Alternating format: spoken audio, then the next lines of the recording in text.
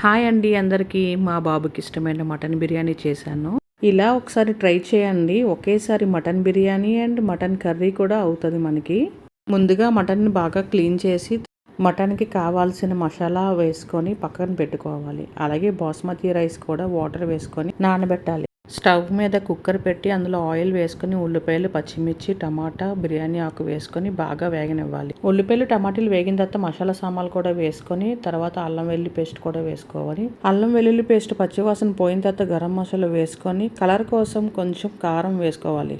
కొత్తిమీర, పుదీనా వేసుకొని తగినన్ని నీళ్ళు వేసుకోవాలి. టేస్ట్కి తగ్గట్టు సాల్ట్ వేసుకొని నిమ్మరసం వేసుకోవాలి. నీళ్ళు మరిగిన తర్వాత కడిగి నానబెట్టుకున్న బాస్మతి రైస్ బియ్యం వేసుకొని బాగా కలుపుకొని మూత పెట్టుకోవాలి. ఇంకా బిర్యానీ పలుకుల మీద ఉన్నప్పుడే ఇంకా మూత తీసి ముందుగా మటన్ కర్రీ వండుకున్నాక ఆ మటన్ కొంచెం వేసుకొని బాగా కలిపి ఇంకా మూత పెట్టుకోవాలి. ఇప్పుడు లాస్ట్ బిర్యానీ అయినంత వరకు స్టవ్ సిమ్లోనే ఉంచుకొని కొంచెం నెయ్యి వేసుకొని పుదీనా, కొత్తిమీర వేసుకొని మూత పెట్టుకోవడం. బిర్యానీ అయిపోయిందండి. పలుకుల మీద ఎంత బాగుంది, బాగా వచ్చింది చూడండి. టేస్ట్ అయితే చాలా బాగుంది. మీరు కూడా ఒకసారి ట్రై చేయండి. బాయ్ అండి. మళ్ళీ నెక్స్ట్ వీడియోలో కలుద్దాం. మీకు ఈ వీడియో నచ్చినట్టయితే లైక్ చేయండి, షేర్ చేయండి, మా పేజ్ని ఫాలో చేయండి. Thank you.